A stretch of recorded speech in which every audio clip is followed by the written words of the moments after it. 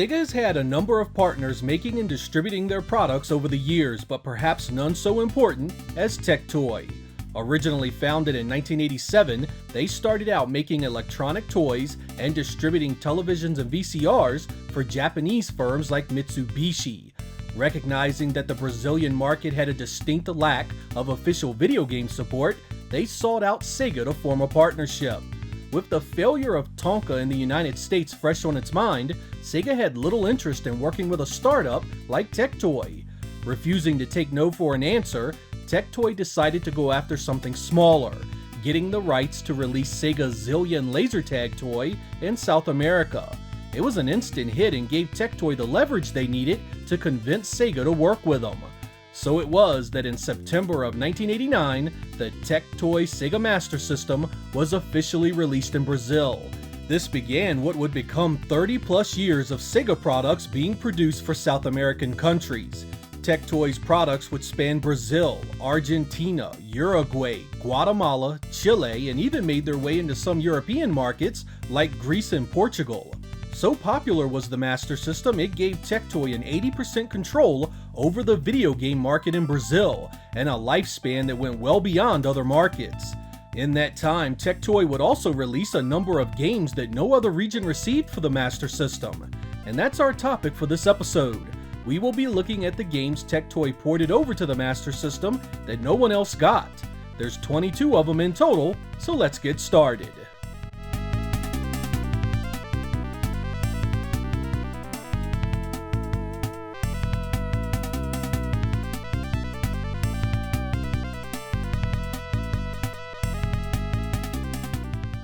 We begin with the often overlooked 20-in-1. It was a pack-in cartridge with one of Tec Toy's Master System consoles in 1995.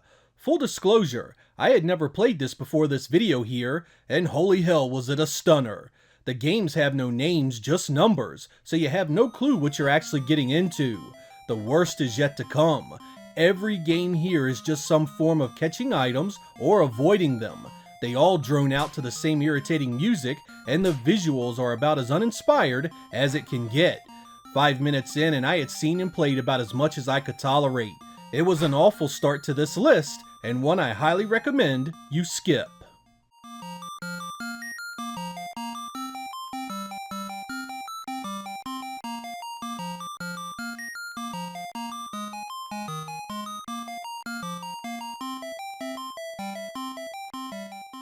Fire and Ice was definitely a lot better, but still has a number of problems.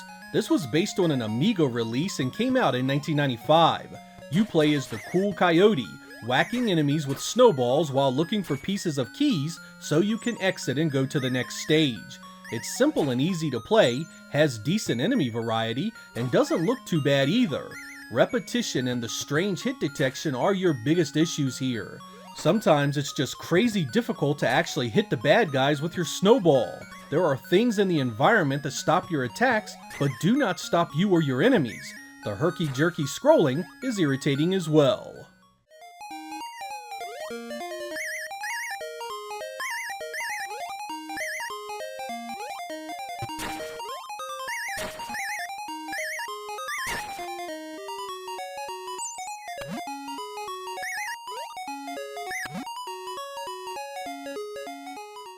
My god, man, I thought Disney's Ariel, the Little Mermaid was bad on the Genesis, but the Master System version adds new dimensions of suck. It's slower, controls worse, and has the most terrible hit detection I think I've ever seen. But it's the movement of the screen that damns this one the most. Nothing runs smooth, which exacerbates all its other issues. For a 1996 release, this was just unacceptable. Add in the simple mechanics of finding items to progress, and you have a forgettable experience that does the property no justice at all.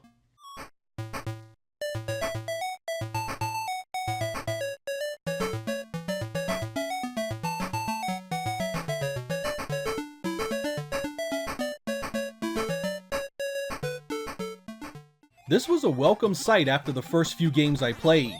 1996's Bakubaku Animal plays very similar to the Saturn original. Basically, you need to match up the animals with their food. It's only one player and the graphics see a pretty large downgrade, but otherwise, it's still fun to go a few rounds.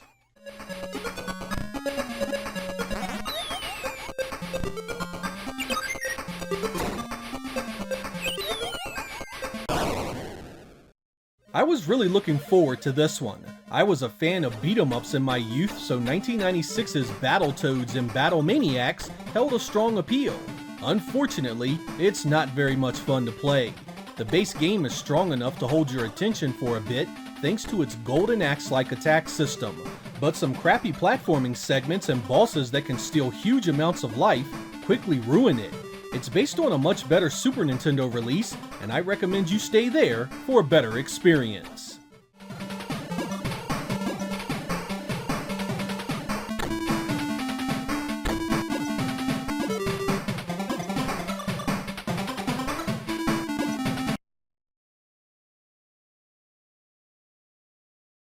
Disney's Bonkers Wax Up is a 1995 release that has you searching a wax museum for items while avoiding enemies.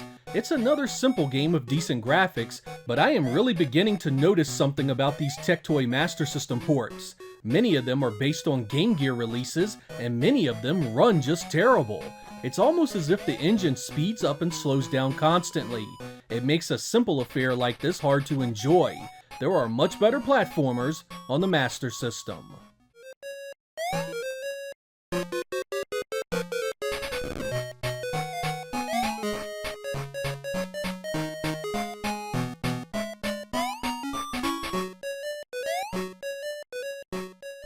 I was looking forward to this one because I had never played it before. It's listed as a 1997 action game, so I thought it'd be something cool to see. It's based on a Brazilian kids show called Castelo Rá-Tim-Bum. The story is in Portuguese, so I have no clue what's going on, and nothing changed once I got control over the character. Poor and unresponsive gameplay quickly robbed me of any desire to see more. I absolutely hate ripping apart games I did not play back then, so I'll leave you with this. Unless you have some connection with it from your childhood, this is better left alone.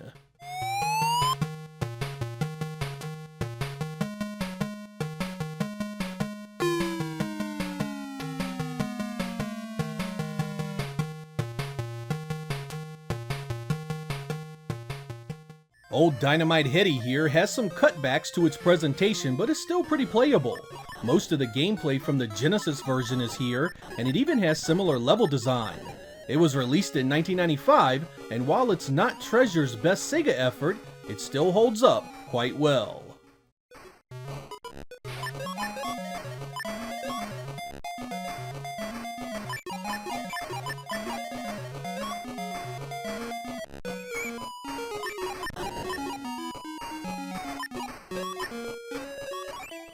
(1997's) Earthworm Gym is just dogged out by slow animation and terrible hit detection.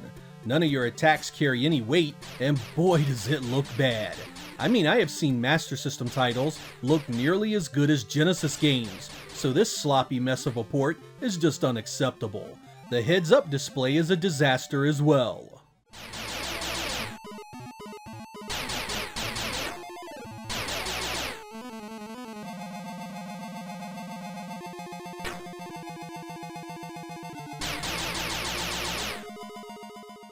These Genesis ports to the Master System are proving to be quite poor, and you can dump Echo the Tides of Time in there too. Released in 1996, it destroys the beautiful world of Echo from the Genesis.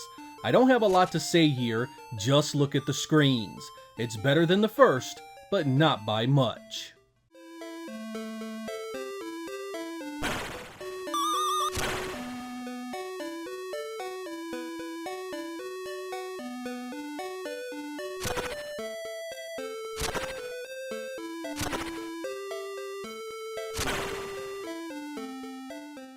When I first learned that there was a 1996 game based on Woody Woodpecker for the Master System, I couldn't wait to play it. I had visions of a Disney-like experience on par with Castle of Illusion. Nope, this is another poor running and poor playing release that does the hardware no justice at all. Still shots may impress, but once you start playing, you are met with frustrating control and again, terrible hit detection. My excitement quickly faded into dread, and I was ready for this travesty to be over with. It's colorful, but the pluses begin and end right there.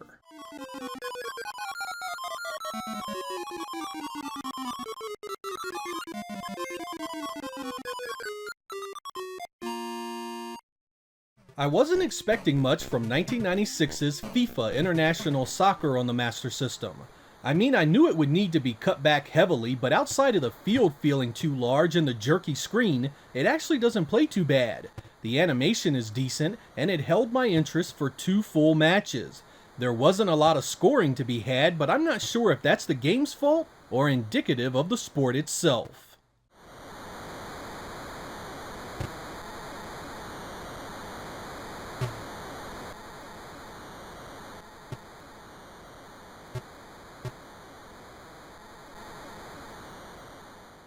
Mickey's Ultimate Challenge didn't show up on the Master System until December of 1998. It's essentially a collection of minigames that has you solving simple problems like memory matching and alphabetizing various objects. It's clearly aimed at young kids, so this will not hold your attention for very long. Those looking for something action-oriented like Castle of Illusion should look elsewhere. The graphics are okay though, so if you have kids, this might be good for a few rounds.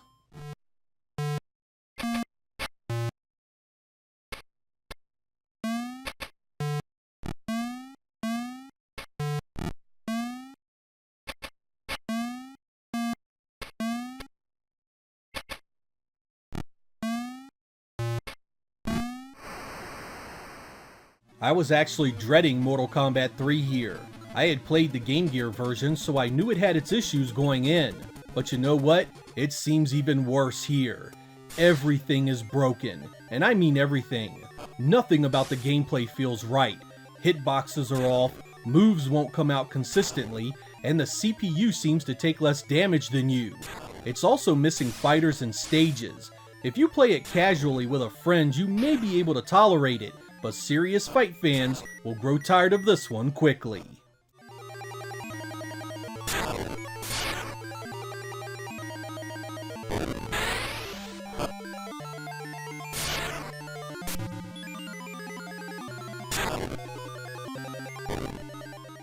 I never thought in a million years I'd be happy to play a licensed game like The Quest for the Shaving Yak, starring Ren and Stimpy.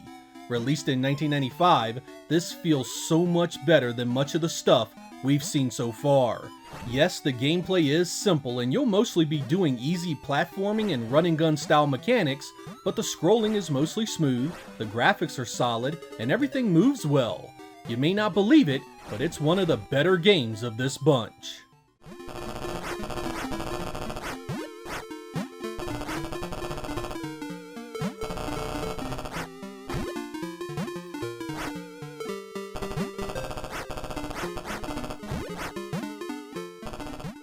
Tec Toy also tried its hand at turning a series of children's books into a game in 1998, and much like their other efforts like Woodpecker, it just plays so terrible. Even the simplest of moves like jumping over enemies is difficult. It even reuses assets from their other games. Again, if you have no childhood connection here, this will quickly irritate the heck out of you.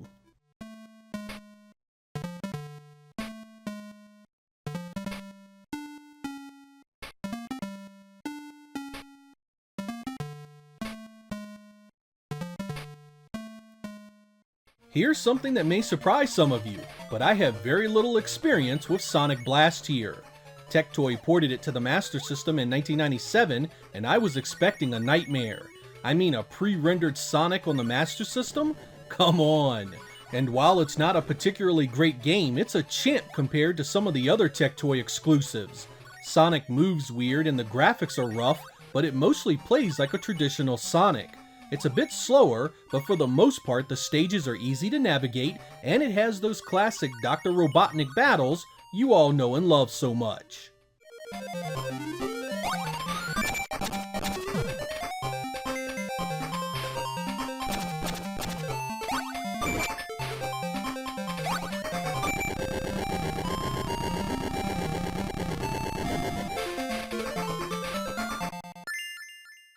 In 1997, Tec Toy did something that shocked us all. They brought out Street Fighter II for the Master System. The gameplay isn't even close to the original, but you still have to admire the gumption to even try this port at all. Look at that color and detail on a console originally released in 1985. This is definitely more a tech demo than a desirable version of Street Fighter II, but I can respect it. If you were a kid with a Master System, you likely had a blast with it.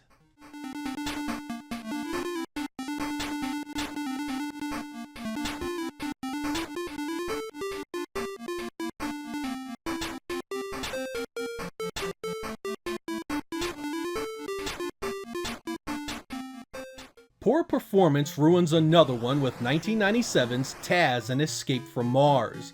I never cared much for this because of the level design being so repetitive, but the added jank to the scrolling and animation just robs it of any replay value at all. Sometimes your attacks go right through the enemies, and I have all kinds of issues getting Taz past the various obstacles. It wasn't a particularly memorable release for the Genesis, but here, it's downright poor.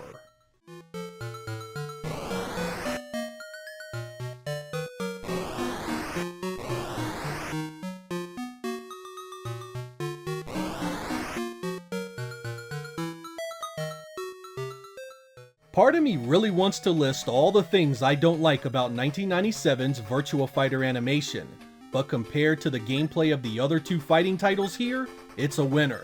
Player movement is super smooth, the animation is nice, and it has most of the moves from the Polygon original.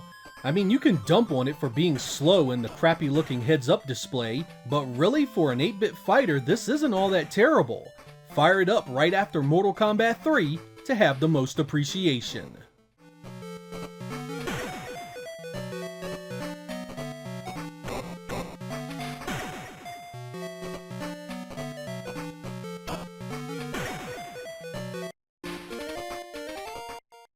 The X-Men games on the Genesis were pretty good, particularly the second one, and X-Men Mojo World here has many of those positive traits. You get a few choices of X-Men, bonus powers, and huge levels to explore. Unfortunately, the combat is kinda weak, and the boss encounters are either crazy easy or stupid hard. I like some of it, but if you want some serious X-Men action, go play the 16-bit Part 2 for a real thrill. The Master System deserved better for a 1996 release.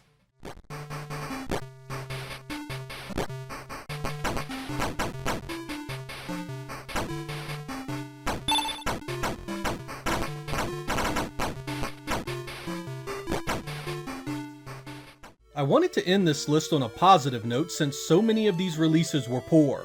In 1998, Tec Toy released A Legend of Illusion, starring Mickey Mouse on the Master System, and damn is it a welcome sight here. Comparatively, this blows everything else we just went over so far out the water it's not even funny. Feeling its smooth gameplay and seeing its bright colorful visuals reminded me that this platform could actually do a decent game top to bottom. Much of what is here is not really any different than the previous Disney releases like Castle of Illusion. It's platform heavy and has you picking up blocks as both weapons and stepping stones. The stage variety is nice, the animation is on point, and it's just an all-around solid title. If you play just one Tec Toy exclusive on the Master System, make sure it's this one.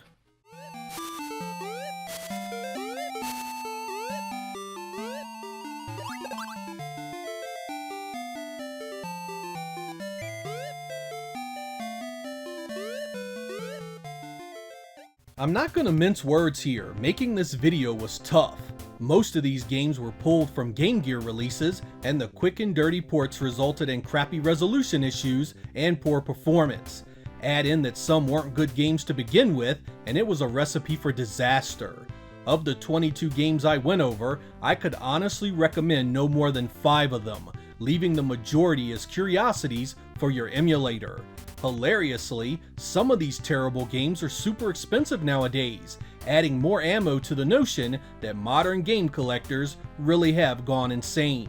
But as much as I stand by my opinions here, I confess that nearly all of them come after the fact. More than half of these I had never played on the Master System before, which takes away my experience of seeing them in their actual release years.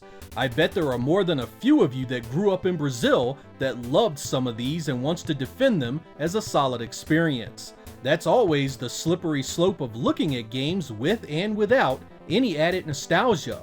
While it's true that nostalgia can make you blindly look past a game's many flaws, in turn I believe it can make you judge a title much more harshly without it. That point is not lost on me here, so I strongly recommend you try these at least once. Just make sure to do it on the cheap. I'm Sega Lord X, thank you guys for watching, and I will catch you next time.